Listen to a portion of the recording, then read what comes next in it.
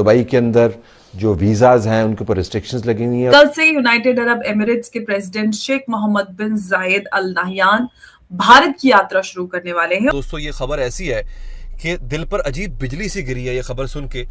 जनवरी की 30 और 31 तारीख को आएंगे 22 अरब देश इंडिया में। मीटिंग है अरब फॉरेन मिनिस्टर्स की। बुनियादी वजह यह है कि वहां पर अपने मुल्क के अंदर पाकिस्तानी जो या तो गैर कानूनी तरीके से गए या कानूनी तरीके से गए और वहां पर गैर कानूनी सियासी एक्टिविटीज के अंदर मुलव्वस हुए, उन्होंने उनको मजबूर कर दिया कि ऐसे स्टेप्स उठाएं। अक्सर लोग कहते नहीं ये कि अपना रोना रो रहे हैं, लेकिन उनका भी रोना कहीं ना कहीं जायज होगा। कब से ये काम हो रहा था ये बताया नहीं गया, लेकिन फौरी तौर पर जो इमिग्रेशन वीजाज हैं उनका प्रोसेस रोक दिया गया है। ना अप्रूव होंगे ना इशू होंगे, जिसके सबब बहुत से पाकिस्तानी परेशान है। सर सब ये किन बेसिस पे फैसले किए जा रहे हैं? उसकी वजह एक तो ये उन्होंने बताई है कि जो लोग वहां जाते हैं वो क्रिमिनल एक्टिविटीज में बहुत ज्यादा इन्वॉल्व होते हैं।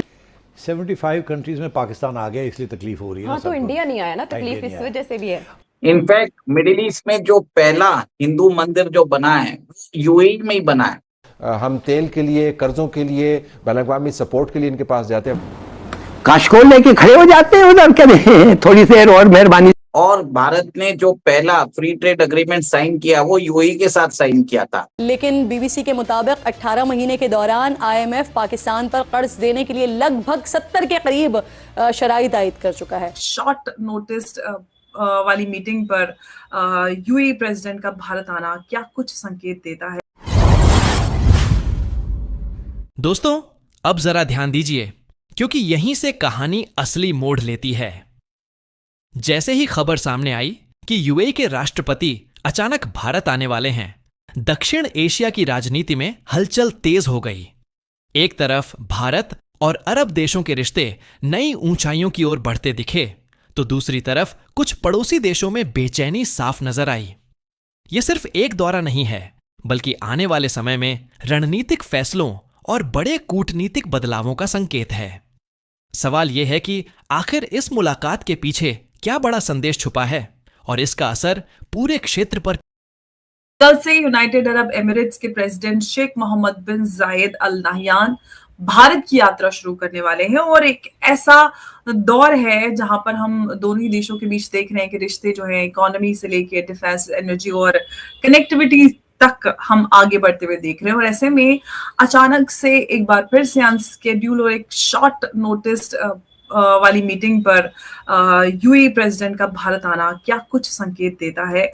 इन सवालों को हम पूछेंगे। और सवाल तो बहुत सारे पूछते हैं कि क्यों यूएई के जो प्रेसिडेंट है वो दोबारा भारत आ रहे हैं और इतनी स्ट्रेटेजिक लाइमलाइट में। तो सबसे पहले यही सवालों में जी, सबसे पहले आपका बहुत स्वागत। जय हिंद, नमस्कार। जय सिया राम अंबर जी। जय सिया राम जी। मेरा पहला सवाल मैं आपसे पूछ चुकी हूँ, जवाब। देखिए, सबसे बड़ी बात है कि यूएई और भारत के बीच में जो संबंध है बहुत ही अच्छे संबंध है। इनफैक्ट मिडिल ईस्ट में जो पहला हिंदू मंदिर जो बना है यूएई में ही बना है। और अब देखिए, एक तरह से दोनों के रिश्तों के बीच में बहुत एक तरह से गहराई है। और भारत ने जो पहला फ्री ट्रेड एग्रीमेंट साइन किया वो यूएई के साथ साइन किया था। और वहां पर भी आप देखिए यूपीआई का जो इंटरऑपरेटेबिलिटी ऑफ पेमेंट सिस्टम्स है वो भी अपने यूएई के साथ चालू किया। कॉम्प्रिहेंसिव इकोनॉमिक पार्टनरशिप एग्रीमेंट के तहत हम दोनों आगे बढ़ते जा रहे हैं। और इसी मद्देनजर देखिए कि अचानक इमरजेंसी स्केड्यूल्ड विजिट उन्होंने प्लान की है। सबसे बड़ी बात है कि ऐसी क्या इमरजेंसी आ गई कि यूएई के प्रेसिडेंट को अभी भारत आना पड़ रहा है? क्या कुछ एक तरह से मिडिल ईस्ट के अंदर जो रैपिडली समीकरण बदल रहे हैं वो कुछ नया समीकरण बनने की तरफ बता रहे हैं? क्या मिडिल ईस्ट के अंदर बीच में हमने ये भी देखा था कि सऊदी अरेबिया और यूएई के बीच में एक तरह से डिफरेंसेस आ गए थे यमन और सोमालीलैंड के ऊपर। तो कहीं ना कहीं बहुत सारे प्रश्न हैं। और मेरा यह मानना है कि जो पाकिस्तान अभी इस्लामिक नेटो आर्मी बना रहा है, जिसमें उसने सऊदी अरेबिया के साथ strategic defence mutual agreement sign किया है, उसी मद्देनजर उसके अंदर अभी टर्की भी जुड़ता जा रहा है। एक स्ट्रॉन्ग अलायंस बनने वाला है between Saudi Arabia, Turkey and Pakistan. इसको एक तरह से इस्लामिक देशों में मिलिट्री नेटो के जैसे देखा जा रहा है। अब यूएई और सऊदी के बीच में अब थोड़े से प्रॉब्लम्स चालू हो गए हैं। देखिए यूएई जो है बहुत ही समृद्ध इकोनॉमी है, वो एक तरह से ओपन इकोनॉमी है, और सऊदी को भी समझ में आ गया है कि उसको भी रिफॉर्म्स करने की जरूरत है। एक तरह से मिडिल ईस्ट के अंदर मोहम्मद बिन सलमान और मोहम्मद बिन जायद पहले जो दोस्त हुआ करते थे, अब वो कंपटीशन की तरफ जा रहे हैं, और उसी के मद्देनजर वो स्ट्रेटेजिक डिफेंस पार्टनरशिप्स बनाते जा रहे हैं। और सऊदी ने पाकिस्तान को चुना है। क्या यूएई भारत की तरफ हाथ बढ़ा रहा है? क्या कुछ नया एक तरह से डिफेंस पार्टनरशिप भारत और यूएई के बीच में होगा? ये देखने वाली बात है। अभी दोनों देशों के बीच में ज्वाइंट डिफेंस कोऑर्डिनेशन कमेटी बनी हुई है। हम अभी मिलिट्री एक्सरसाइज कर रहे हैं, पर यूएई ने एक तरह से भारत के आकाश मिसाइल सिस्टम्स के अंदर दिलचस्पी दिखाई है।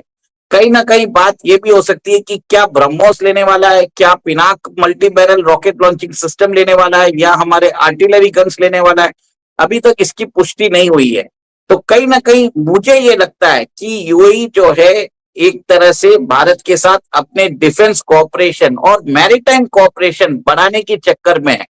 एक और एक चीज है, मिडिल ईस्ट के अंदर जो ईरान के ऊपर पॉसिबल बम्बार्डिंग हो सकती है बाय अमेरिका एंड मोसाद, तो उसको भी लेके वो शायद बातचीत करने के लिए आ रहे हैं कि उस समय हम दोनों की स्ट्रेटेजी कैसे रहे, कैसे यूएई अपने आप को पोजीशन करे, क्योंकि यूएई जो है वो भारत के जैसे ही कोई भी युद्ध में पड़ना नहीं चाहता। वो वहां पर उन्होंने अमेरिका को बोल दिया है कि वो अपने जो एयर स्पेस है वो यूज करने नहीं देंगे। तो ये एक तरह से इंटरनेशनली जो मिडिल ईस्ट के अंदर जो प्रॉब्लम्स हो रहे हैं उसके ऊपर भी बातचीत हो सकती है। और सबसे बड़ा बात है कि भारत और यूएई के बीच में अभी जो ट्रेड और डिफेंस और बाकी जो इन्वेस्टमेंट कोऑपरेशन की बात है उसको और भी एक तरह से मतलब दोनों देशों के बीच में स्ट्रेटेजिक पार्टनरशिप जैसा कुछ नजर आ रहा है। आप ये देखिए, भारत और ईयू के बीच में जो अभी डील हो रही है उसको mother of all free trade agreements हुआ है। उसी मद्देनजर कल भारतीय सरकार ने एक नई डिफेंस पॉलिसी निकाली है जिसमें विदेशी फर्म्स को भारत के डिफेंस कंपनीज में 74% जो एफडीआई इन्वेस्टमेंट है उसको अलाउ कर दिया है।